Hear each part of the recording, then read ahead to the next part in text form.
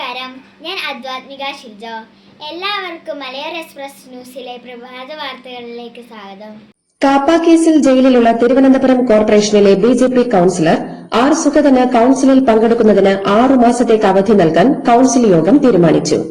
Jail തദ്ദേശ ആഭ്യന്തര വകുപ്പുകളുടെ അനുമതിയോടെയാണ് അവധി അപേക്ഷ പാസാക്കിയതെന്ന് മേയർ വി രാജേഷ്.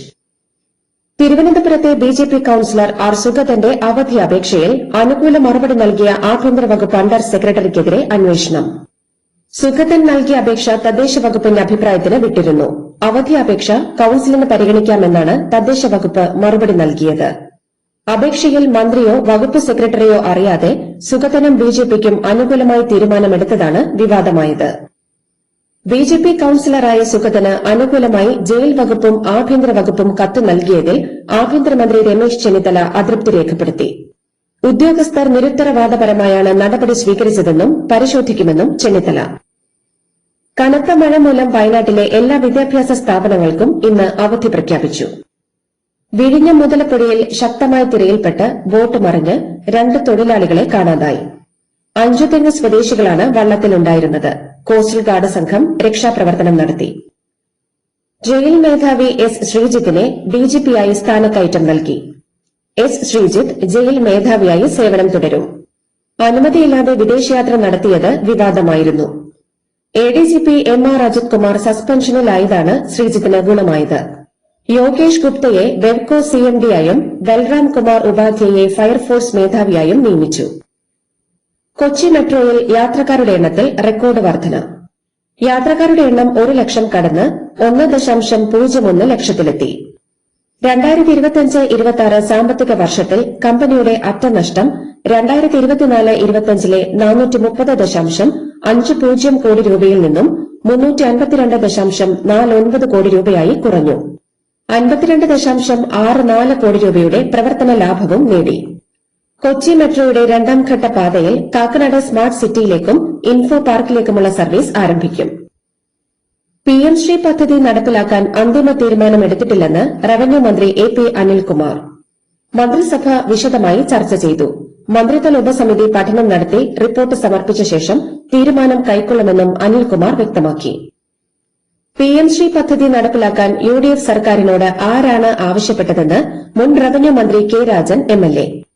എൽഡിഎഫ് സർക്കാർ ഒപ്പിട്ട പിഎം ശ്രീ നടപ്പാക്കാൻ കേന്ദ്ര സർക്കാരിൽ നിന്ന് ആരാണ് പറഞ്ഞതെന്ന് മുഖ്യമന്ത്രി വി ഡി സതീശൻ വെളിപ്പെടുത്തണമെന്നും രാജൻ ആവശ്യപ്പെട്ടു. പിഎം ശ്രീയിൽ നിന്ന് സംസ്ഥാനങ്ങൾക്ക് പിന്മാറാമെന്ന് കേന്ദ്ര സർക്കാർ പാർലമെന്റിൽ വ്യക്തമാക്കിയതോടെ കേരളത്തിൽ പിഎം ശ്രീ പദ്ധതിയുടെ പേരിൽ കോൺഗ്രസും യുഡിഎഫും നടത്തുന്ന വാദങ്ങൾ പൊളിഞ്ഞെന്ന് മുൻമന്ത്രി എം.വി. രാജേഷ്. പിഎം ശ്രീ പദ്ധതിയുമായി മുന്നോട്ടു പോകാനുള്ള യുഡിഎഫ് സർക്കാരിന്റെ നിലപാടിനെതിരെ എസ്എഫ്ഐ അഖിലേന്ത്യാ പ്രസിഡന്റ് ആദർശ് എം സജിയും ഡിവൈഎഫ്ഐ സംസ്ഥാന സെക്രട്ടറി വി കെ സനോജ് എംഎൽഎയും. പിഎം ശ്രീയുമായി ബന്ധപ്പെട്ട് കേരളം 1 രൂപ പോലും കൈപ്പറ്റിയിട്ടില്ലെന്ന് പാർലമെന്റിൽ തന്നെ വ്യക്തമാക്കിയിട്ടുണ്ടെന്ന് ആദർശ് എം സജി പറഞ്ഞു. സാമ്പത്തിക പ്രതിസന്ധി കാരണം സംസ്ഥാനത്ത് ഡിജിറ്റൽ സർവേ നിലയ്ക്കുന്നു. കരാറുകാരെ വെട്ടിക്കുറയ്ക്കാനും വകുപ്പിലെ ജീവനക്കാരെ നിയോഗിച്ച് സർവേ തുടരാനും ഡയറക്ടർ നിർദ്ദേശിച്ചു. ഡിജിറ്റൽ സർവേ നിർത്തില്ലെന്നും ഫണ്ട് പ്രശ്നം പരിഹരിക്കുമെന്നും റവന്യൂ മന്ത്രി എ.പി. അനിൽകുമാർ പറഞ്ഞു. പയ്യന്നൂരിലെ ഫണ്ട് വിവാദത്തിന് പിന്നാലെ കണ്ണൂർ സിപിഎമ്മിൽ വീണ്ടും സാമ്പത്തിക തിരിമറി ആരോപണം. കോടിയേരി ബാലകൃഷ്ണന്റെ പേരിൽ പണിയുന്ന Kannur town east local committee ഓഫീസിന്റെ ഫണ്ട് പിരിവിൽ ക്രമക്കേട് നടന്നുവെന്നാണ് ആരോപണം. പാർട്ടിക്കുള്ളിൽ പ്രതിഷേധം ശക്തമായതിനു പിന്നാലെ ലോക്കൽ സെക്രട്ടറിയെ സ്ഥാനത്തു നിന്നും നീക്കി. മാനസിക ശാരീരിക ആരോഗ്യത്തിന് പ്രാധാന്യം നൽകുന്നവരാണ് നമ്മൾ എല്ലാവരും. ശാരീരിക ആരോഗ്യത്തിന് ഒരു മികച്ച പരിഹാരം തേടി ഞങ്ങളിപ്പോൾ എത്തിയിരിക്കുന്നത് ബോൺ സെറ്റിങ്ങിന് സ്പെഷ്യലൈസ് ചെയ്ത കണ്ണൂർ ജില്ലയിലെ ഇരിട്ടിയിലെ ജീവനം ആയുഷ് ക്ലിനിക്കിലാണ്. ആയുഷ് ക്ലിനിക്കിലെ ചികിത്സാ വിധികൾ എന്തൊക്കെയാണെന്ന് നോക്കാം. കേരളത്തിലും GCC കൺട്രീസിലും 35 വർഷത്തെ സേവന പാരമ്പര്യമാണ് ജീവനം ആയുഷ് ക്ലിനിക്കിന് പറയാനുള്ളത്. ബോൺ സെറ്റിംഗ് മാത്രമല്ല, അതിനോടൊപ്പം തന്നെ പ്രസവ ശുശ്രൂഷയും ഒപ്പം തന്നെ സന്ധിവാത ചികിത്സയുമാണ് ഇവിടുത്തെ ഏറ്റവും ഇമ്പോർട്ടൻ്റ് ആയിട്ടുള്ള ചികിത്സാ വിധികൾ എന്ന് പറയുന്നത്. മാത്രവുമല്ല, നിരവധി സാറ്റിസ്ഫൈഡ് ആയിട്ടുള്ള കസ്റ്റമേഴ്സ് തന്നെയാണ് ജീവനം ആയുഷ് ക്ലിനിക്കിന്റെ ഏറ്റവും വലിയ മുഖമുദ്ര. ഇവിടെ വന്ന് ഞാൻ ട്രീറ്റ്മെന്റ് ചെയ്തിട്ട് എനിക്ക് ഒത്തിരി വ്യത്യാസങ്ങൾ, എന്താ പറയുക, എൻ്റെ കൈയും കാലും ഒക്കെ നല്ല സുഖമായിട്ട് റിലാക്സ് ആയിട്ട് ചെയ്യാൻ പറ്റുന്നുണ്ട്. നാഡി, ഞരമ്പ്, സന്ധി, അസ്ഥി സംബന്ധമായ വിവിധ രോഗങ്ങൾക്ക് ചികിത്സ തേടിയെത്തുന്നവരാണ് ഇവിടുത്തെ ഒട്ടുമിക്ക പേഷ്യൻസും. ഇവിടുത്തെ ഏറ്റവും വലിയൊരു സവിശേഷത എന്ന് പറയുന്നത് ഗുരുക്കൾ ഇബ്രാഹിം ഹാജിയുടെ സേവനം തന്നെയാണ്. എല്ലാ ശനിയാഴ്ചകളിലുമാണ് ബോൺ സെറ്റിങ്ങിന് സ്പെഷ്യലൈസ് ചെയ്ത ഈ ഒരു സേവനം രോഗികൾക്ക് വേണ്ടി നൽകുന്നത്. വേദനയോടെ എത്തുന്ന രോഗികൾക്ക് പുഞ്ചിരിയോടെയുള്ള മടക്കം, അതുതന്നെയാണ് ജീവനം ആയുഷ് ക്ലിനിക്കിന്റെ ഏറ്റവും വലിയ വരദാനം എന്ന് പറയുന്നത്. ആരോഗ്യ ചികിത്സാ സംബന്ധമായ മറ്റു വിവരങ്ങൾക്ക് താഴെ കാണുന്ന നമ്പറിൽ കോൺടാക്ട് ചെയ്യുക. കള്ളൻ വിജയൻ ലേഖന വിവാദത്തിൽ വാരാന്തപതിപ്പ് എഡിറ്ററായിരുന്ന KR അജയനോട് രാജിവെക്കുകയോ അവധിയെടുക്കുകയോ വേണമെന്ന് ദേശാഭിമാനി ദിനപത്രത്തിന്റെ ചീഫ് എഡിറ്റർ പുത്തലത്ത് ദിനേശൻ വാക്കാൽ നിർദ്ദേശം നൽകിയെന്ന് റിപ്പോർട്ട്. സ്വത്ത് വിവരം തെരഞ്ഞെടുപ്പ് കമ്മീഷനിൽ നിന്ന് മറച്ചുവെച്ച് സത്യവാങ്മൂലം നൽകിയ BJP സംസ്ഥാന പ്രസിഡന്റ് രാജീവ് ചന്ദ്രശേഖർ MLA-യുടെ വിജയം റദ്ദാക്കണമെന്നാവശ്യപ്പെട്ട് UDF സ്ഥാനാർത്ഥി ശബരിനാഥൻ ഹൈക്കോടതിയിൽ. 3 ഇടങ്ങളിലെ സ്ഥാവര വസ്തുക്കളുടെ വിവരം മനഃപൂർവ്വം മറച്ചുവെച്ചത് ചട്ടലംഘനമാണെന്നും അയോഗ്യനാക്കണമെന്നും തെരഞ്ഞെടുപ്പ് ഹർജിയിൽ ആവശ്യപ്പെടുന്നു. പുതുയുഗ യാത്രയിൽ ലോട്ടറി തൊഴിലാളികൾക്ക് നൽകിയ വാഗ്ദാനം പാലിച്ച് മുഖ്യമന്ത്രി VD സതീശൻ. തൊഴിലാളികളുടെ ആവശ്യം പരിഗണിച്ച് കേരള സംസ്ഥാന ഭാഗ്യക്കുറി ഏജന്റുമാർക്കും വിൽപ്പനക്കാർക്കും ഓണം ഉത്സവ ഭത്തയായി 8,500 രൂപയും പെൻഷൻകാർക്ക് 3,750 രൂപയുമാണ് അനുവദിച്ചത്. പാലക്കാട് അബ്കാരി മുന്ന വധക്കേസിൽ 3 പ്രതികളെയും വെറുതെ വിട്ടുകൊണ്ട് 34 വർഷങ്ങൾക്ക് ശേഷം വിധി. തിരുവനന്തപുരം CBI കോടതിയാണ് വിധി പ്രസ്താവിച്ചത്. അബ്കാരി കരാറുകാരൻ വിജയൻ, മുൻ MLA P. കുമാരന്റെ മകൻ സുധീർ, ഇവരുടെ മാനേജർ എന്നിവരെയാണ് കോടതി കുറ്റവിമുക്തരാക്കിയത്. സംസ്ഥാനത്ത് മൺസൂൺ കാലയളവിൽ ഏർപ്പെടുത്തിയിരുന്ന 52 ദിവസത്തെ ട്രോളിംഗ് നിരോധനം ഇന്നലെ അർദ്ധരാത്രിയോടെ അവസാനിച്ചു. ജൂൺ 9-നാണ് ട്രോളിംഗ് നിരോധനം ആരംഭിച്ചത്. ഇടുക്കി എഞ്ചിനീയറിംഗ് കോളേജിൽ വീണ്ടും KSU കൊടിമരം സ്ഥാപിച്ചു. 2022 ജനുവരി 10-ന് എഞ്ചിനീയറിംഗ് കോളേജ് വിദ്യാർത്ഥിയും SFI പ്രവർത്തകനുമായിരുന്ന ധീരജ് രാജേന്ദ്രൻ കൊല്ലപ്പെട്ടതിന് പിന്നാലെ KSU യൂണിറ്റ് കമ്മിറ്റി പിരിച്ചുവിട്ടിരുന്നു. പുറത്തുനിന്നെത്തിയ KSU പ്രവർത്തകരാണ് കോളേജ് കോമ്പൌണ്ടിൽ കൊടിമരം സ്ഥാപിച്ചത്. ആലപ്പുഴ പുന്നപ്രയിൽ അഗതി മന്ദിരത്തിലെ ലൈംഗിക അതിക്രമത്തിൽ ശാന്തി ഭവൻ ഉടമ മാത്യു ആൽബിൻ അറസ്റ്റിലായി.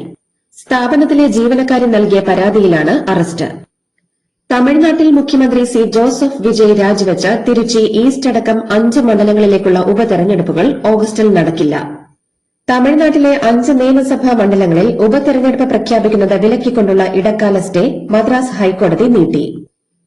കാവേരി നദീജലം പങ്കുവയ്ക്കുന്നതുമായി ബന്ധപ്പെട്ട് കർണാടക, തമിഴ്നാട് മുഖ്യമന്ത്രിമാർ നടത്താനിരുന്ന കൂടിക്കാഴ്ച ഉടൻ നടക്കില്ലെന്ന് ഉറപ്പായി. തിങ്കളാഴ്ച നടത്താനിരുന്ന കൂടിക്കാഴ്ച റദ്ദാക്കിയതായി കർണാടക മുഖ്യമന്ത്രി DK ശിവകുമാർ അറിയിച്ചു. കാവേരി വെള്ളം പങ്കുവയ്ക്കൽ തർക്കം പുകയുന്ന സാഹചര്യത്തിൽ തമിഴ്നാട് മുഖ്യമന്ത്രി വിജയ്ക്കെതിരെ കന്നഡ സംഘടനകൾ നിലപാട് കടുപ്പിച്ചു. വെള്ളം വേണ്ടെന്ന് പറയാതെ ബംഗളൂരുവിലേക്ക് വരാൻ സമ്മതിക്കില്ലെന്നും വിജയിയെ വിമാനത്താവളത്തിൽ തടയുമെന്നും മുന്നറിയിപ്പ് നൽകി.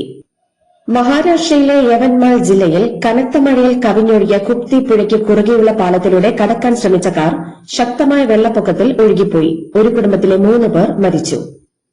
പ്രധാനമന്ത്രി കിസാൻ സമ്മാൻ നിധി പദ്ധതി 2030-31 സാമ്പത്തിക വർഷം വരെ തുടരാൻ കേന്ദ്ര സർക്കാർ തീരുമാനിച്ചു. ഇതിനായി 3,15,614 കോടി രൂപ നീക്കിവച്ചു. കർഷക പ്രക്ഷോഭം ആരംഭിക്കാൻ തീരുമാനിച്ചിരിക്കെയാണ് നടപടി. കുൽഗാമിൽ ഭീകരാക്രമണത്തിൽ ഒരാൾ കൊല്ലപ്പെട്ടു, ഒരാൾക്ക് പരിക്കേൽക്കുകയും ചെയ്തു. 3 ഭീകരരാണ് ആക്രമണം നടത്തിയത്. ആക്രമണം നടത്തിയ ഭീകരർക്കായി സൈന്യം തെരച്ചിൽ നടത്തി. അപകീർത്തികരമായ പരാമർശം നടത്തിയ കുട്ടികൾക്ക് മാപ്പ് നൽകുന്നുവെന്ന് പ്രധാനമന്ത്രി നരേന്ദ്രമോദി. പുതിയ വീഡിയോയിലാണ് മോദിയുടെ മാപ്പ് പ്രഖ്യാപനം. ജന്തർ മന്ദറിൽ എന്തൊക്കെ സംഭവിച്ചെന്ന് രാജ്യം കണ്ടതാണ്. സംസ്കാരമില്ലാത്ത ഭാഷയാണ് ചില യുവാക്കൾ ഉപയോഗിച്ചത്. തനിക്കെതിരെ മാത്രമല്ല, അന്തരിച്ച അമ്മയ്ക്കെതിരെയും അധിക്ഷേപങ്ങൾ ഉയർന്നു. കുട്ടികൾക്ക് സംഭവിച്ച തെറ്റുകൾ ക്ഷമിക്കാം, തിരുത്താൻ അവർക്കിനി അവസരമുണ്ട്. കുട്ടികളെ നേരായ വഴി നടത്തേണ്ടത് നമ്മളാണെന്നും അദ്ദേഹം പറഞ്ഞു. പ്രധാനമന്ത്രി നരേന്ദ്രമോദിയും ആഭ്യന്തരമന്ത്രി അമിത്ഷായും ജൻസിയെ ഭീഷണിപ്പെടുത്തുകയാണെന്ന് പ്രതിപക്ഷ നേതാവ് രാഹുൽ ഗാന്ധി. നിങ്ങളിരുവരും ഇന്ത്യയുടെ ഭൂതകാലമാണ്. രാജ്യത്തിന്റെ ഭാവിയായ യുവജനങ്ങളെ കൈകാര്യം ചെയ്യുമ്പോൾ സൂക്ഷിക്കണമെന്നും രാഹുൽ പറഞ്ഞു. BJP ദേശീയ വക്താവായ ഷെഹസാദ് പൂനാവാല പാർട്ടി വിട്ടു. സോഷ്യൽ മീഡിയ പ്ലാറ്റ്ഫോമായ എക്സിലെ തന്റെ ബയോയിൽ നിന്ന് BJP ദേശീയ വക്താവ് എന്ന ടാഗ് അദ്ദേഹം നീക്കം ചെയ്തു. നീറ്റ് പരീക്ഷ ചോദ്യപേപ്പർ ചോർച്ച കേന്ദ്ര അന്വേഷണ ഏജൻസി അന്വേഷണം നടത്തണമെന്ന ആവശ്യവുമായി ABVP. ജന്തർ മന്ദറിലെ പ്രതിഷേധക്കാർക്കെതിരെ പെല്ലറ്റ് തോക്കുകൾ ഉപയോഗിച്ചെന്നത് വ്യാജ പ്രചരണമാണെന്നും ABVP ദേശീയ ജനറൽ സെക്രട്ടറി വീരേന്ദ്ര സിംഗ് സോളങ്കി പറഞ്ഞു. ഡൽഹിയിൽ ഇന്റലിജൻസ് ബ്യൂറോ ഉദ്യോഗസ്ഥൻ അങ്കിത് ശർമ്മയെ കൊലപ്പെടുത്തിയ കേസിൽ ആം ആദ്മി പാർട്ടി മുൻ കൌൺസിലർ താഹിർ ഹുസൈന് ജീവപര്യന്തം തടവ്. 2020 ഫെബ്രുവരിയിൽ നടന്ന ഡൽഹി കലാപത്തിനിടെയാണ് സംഭവം.